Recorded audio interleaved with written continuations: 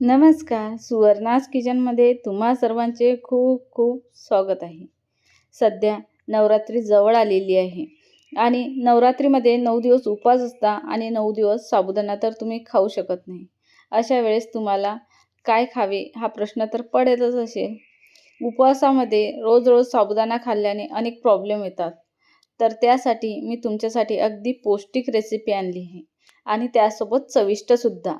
चला तर मग अगदी 10 मिनिटात बनणारी हे भगर अगदी चविष्ट बनते आणि बनवायची कृतीसुद्धा अगदी सोपी आहे. चला तर मग झटपट अशी मोकळी आणि सुटसुटीत छान मऊ आणि तुम्ही आमटी नसेल तरीसुद्धा खाऊ शकता. लहान मुलंसुद्धा आवडीने खातील इतकी चविष्ट बनते. तर चला मग झटपट भगर रेसिपी पाहूया. भगर रेसिपी बनवण्यासाठी सुरुवातीला कढईमध्ये 2 ते 3 चमचे तेल घालून घेतले. त्यामध्ये अर्धी वाटी शेंगदाणे घ्यायचे आहे. ते आपण सुरुवातीलाच तळून घ्यायचे. ते छान क्रंची शेंगदाणे खायला खूपच छान लागतात. त्यामुळे आपण हे तळून घेणार आहोत. शेंगदाणे छान तळून झाले की शेंगदाणे काढून घ्यायचे आहे. यामध्येच या भगरसोबत खाण्यासाठी 2 हिरव्या मिरच्या तळून घ्यायच्या. हिरवी मिरची तोंडी लावायला असली म्हणजे आणखी चव वाढते.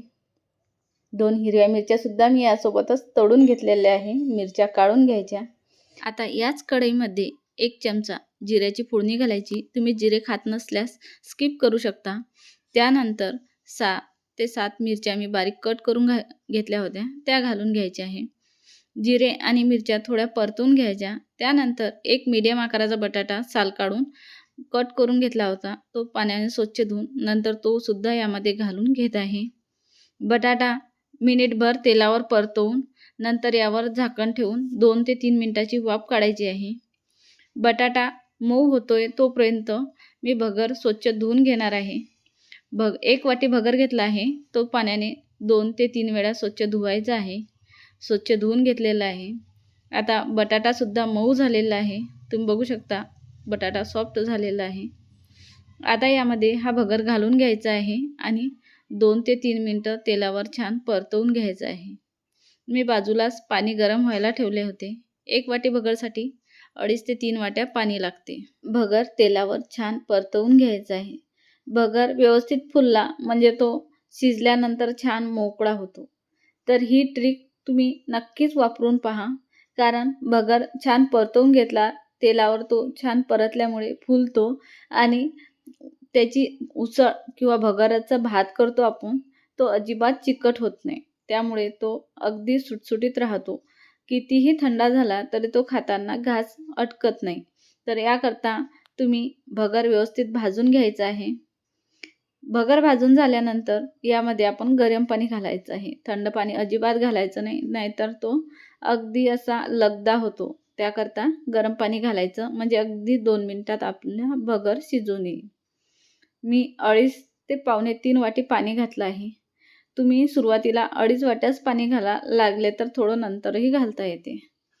पाणी घालून यामध्ये चवीनुसार सेंधा नमक घातलेला आहे आणि व्यवस्थित मिक्स करून झाकण ठेवून 2 ते 2.5 मिनिटं वाफ काढायचे आहे. 2 ते 2.5 मिनिट झालेले आहे. तुम्ही बघू शकता भगर किती छान शिजलेली आहे. त्याचा अगदी लगदा झालेला नाही, व्यवस्थित छान मोकळी आहे. आता यामध्ये आपण तळून घेतलेले शेंगदाणे घालायचे आहे. व्यवस्थित मिक्स करायचे आहे. तुम्ही झाकण न ठेवता अगदी अर्धा 1 मिनिट ही शिजवायची आहे. आपली भगर बनवून तयार आहे. किती सोपी आणि साधी रेसिपी आहे. झटपट बनते, कोणीही बनवू शकेल. तुम्ही यामध्ये चिंचसुद्धा घालू शकता. तुम्हाला आंबट गोड चव हवी असेल तर 1-2 तुकडा चिंचेचा घालायचा आणि 1 चमचा साखर घालायची. छान टेस्ट येते. आपली भगर बनवून तयार आहे. झटपट प्लेटमध्ये वाढून घेऊया. प्लेटमध्ये गरमागरम भगर वाढायची. त्यावरती तळलेले शेंगदाणे, थोडे तळलेले काजू अगदी ऑप्शनल आहे. नंतर त्यासोबतच तळलेली मिरची. सोबत दही किंवा शेंगदाण्याची आमटी असेल तर अप्रतिम. शेंगदाण्याची आमटीची रेसिपी मी अपलोड केलेली आहे. तुम्हाला हवी असेल तर मी खाली डिस्क्रिप्शनमध्ये लिंक देऊन देईन.